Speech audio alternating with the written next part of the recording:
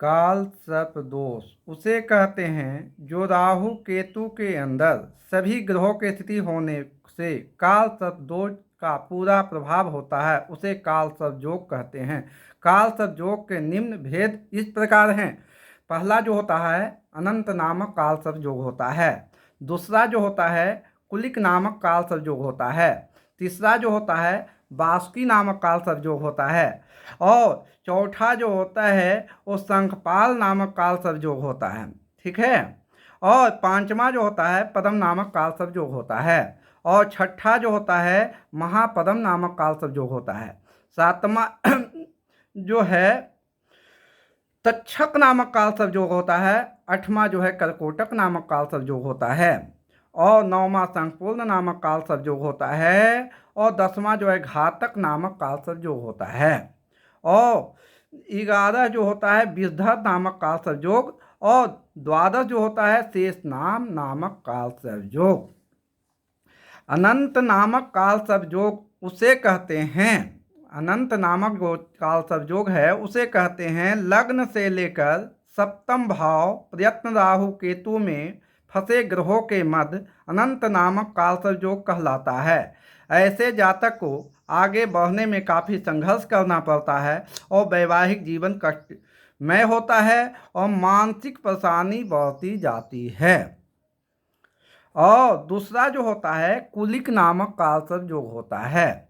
वो जो है द्वितीय स्थान से अष्टम स्थान के मध्य पड़े ग्रहों की स्थिति के कारण कुलिक नामक काल सर्प योग बनता है। ऐसे जातक को संघर्ष में जीवन परेशानी युक्त खर्चा बढ़ता जाता है और अल्पसमय रहता है और व्यक्ति जो है कुलीन होते हुए कंगाल हो जाता है। तीसरा जो होता है बासुकी नामक काल सर्प योग उसे कहते हैं तृतीय भाव से नवम भाव के मध्य स्थिति के कारण बासुकी नामक काल सर्प योग होता है।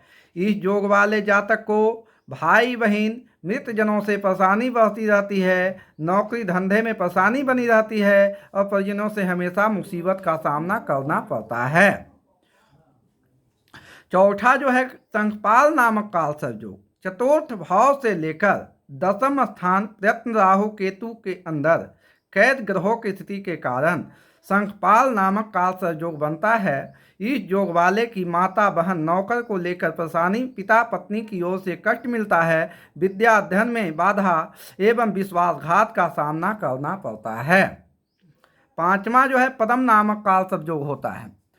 तो पद्म नामक जो है पंचम स्थान के एकादश स्थान प्रयत्न स्थिति के कारण पद्म नामक काल सर्प योग बनता है। इस योग वाले जातक को विद्या अध्ययन में रुकावट, संतान की चिंता रहती है, जीवन साथी विश्वास पात्र नहीं मिलता, जिस कार्य में हाथ डाले, जो भी काम में हाथ डालते हैं उनका काम पूरा नहीं हो पाता है। छठा जो है महापद्म नामक काल सर्प योग होता है।